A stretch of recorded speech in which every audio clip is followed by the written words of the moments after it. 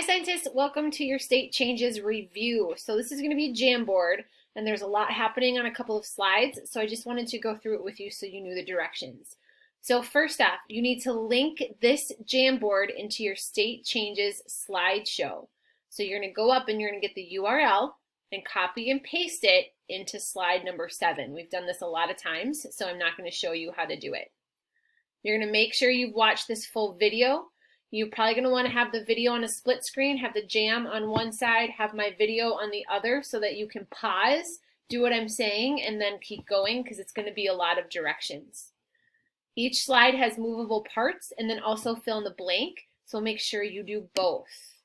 All right, slide number 2 is talking about our 3 states, solid, liquid, and gas. So in my stickies, you're going to fill in the blanks on the sticky notes with definite or indefinite. So I look under solid. A solid has a definite or indefinite shape. You're going to replace that line and takes up a definite or indefinite amount of space. Once you do that, you're going to click save and it will go back and it should be filled in. Then you have to move the dots to show what each state of matter look like. What are these particles? So think about, as I move them, do they touch the bottom? Do they touch the sides? Do they touch each other? How do these ones look? And you're going to use all of the dots. Then, same thing for liquid. You open up the sticky. A solid has a definite or an indefinite shape, takes up a definite or an indefinite amount of space, and click save. And then again, you're going to move these. Now when it's a liquid, does it touch the side? Does it touch the bottom? Does it touch each other? How squishy are they? Things like that. You're going to fill in the rest of this.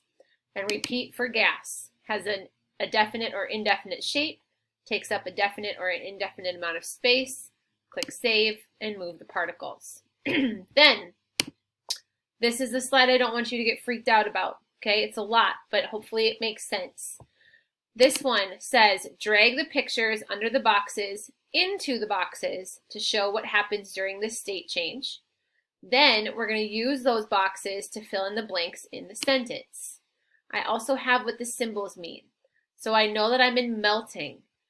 When I melt something, is my heat added? I'm going to drag my red plus for heat is added. Is heat taken away to make something melt? Then I'm going to drag my minus, whichever one I think. Then, what are my 2 states? When I am melting ice, what state does it start as? A solid, a liquid, or a gas? And whatever state I think it starts as, I need to make my particles look like that state. Okay, so if I think it starts off as a solid, I'm going to squish them all together. If I think it starts off as a liquid, I'm going to move them over to the sides and make sure that they touch the sides, okay? So whatever you think ice starts as, you put the particles. After it melts, now what state is it? A solid, a liquid, or a gas? And you move the particles to show that, okay? Then finally, the last one says particle speed and particle distance. If you think they increase, you're going to drag the up arrows. Particle speed increases, it gets faster, or particle speed decreases, it gets slower. When they melt, what happens to my particles? Same thing for distance. Do the particles spread out? Do the increase arrow. Particles come closer together? Do the decrease arrow. Then we're going to use what we've put in these boxes in order to fill out my sentence. So for an object to melt, heat must be, I see a number 1 here, so I go find my number 1. Did I put my plus for added or my minus for taken away?